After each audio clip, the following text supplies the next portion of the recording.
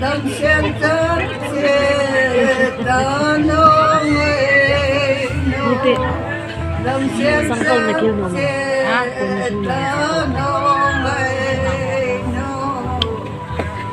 con khát đời lại và coi đốn tê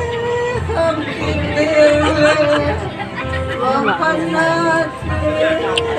na chung khen nó phía tâm na yêu nhiều vô càng chia sẻ được nhưng xong rồi càng cho nên mày này chứ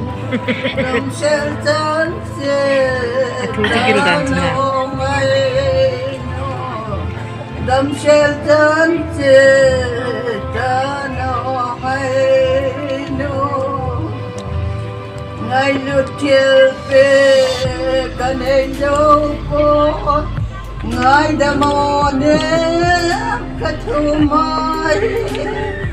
na gol na po tâm đi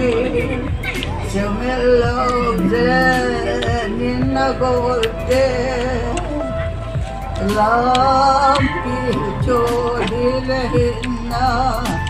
rồi nên ba coi dùng xe na nói đâm sen chân ta nó ngày